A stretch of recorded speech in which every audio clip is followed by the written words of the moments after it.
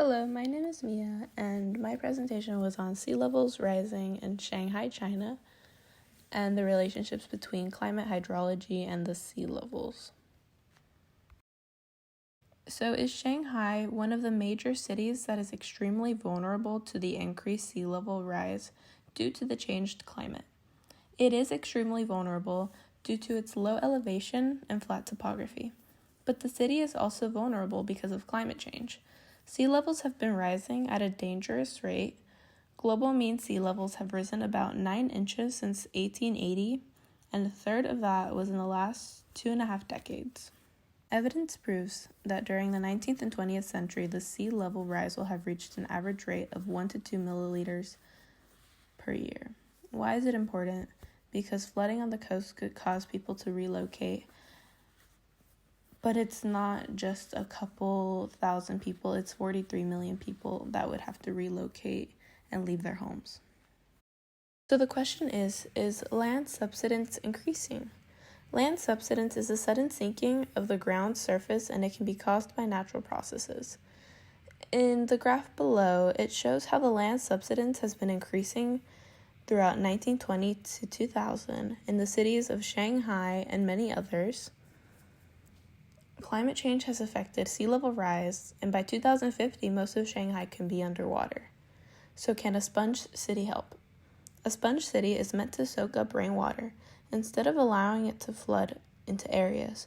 But these urban cities will need to start building more open green areas. Some examples include building waterways or ponds to soak up the rainwater. Another idea includes green roofs, which could retain the rainwater and filter it before it reaches the ground.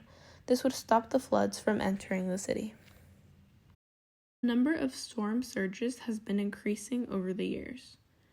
In the picture on the right, the blue areas, basically like the blue colored areas, is land underwater at high tide. And then the gray areas is a populated area. And as you can see, their old projection for 2050 wasn't that bad. Not much of China was underwater when there was high tides. But now, the new projection, they are predicting that most of Shanghai and China will be underwater when high tides or storm surges occur. Researchers have used urban rainwater waterlogging to explore different scenarios to identify the risk level in Shanghai. Researchers have noticed that the risk level in Shanghai is very high due to the rising sea levels, and it's also because of how strong the storm surges have been getting due to climate change, and this causes floods to be more extreme in Shanghai, China. Overall, Chinese cities have launched a plan called the Sponge City, and this can help stop floods, have more clean water, and less pollution. The region has already suffered 120 tropical cyclones, which occurred between 1949 and 2003, and 33% of them were severe. In conclusion, the rising sea levels in Shanghai, China, have made the city extremely vulnerable to powerful storm surges or floods that have been powered by climate change. A question I thought people may have was, how long has it been since we knew Shanghai was suffering through land subsidence?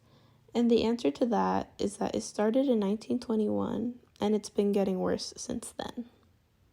And this last page is just the sources that I used for my project. And thank you for listening.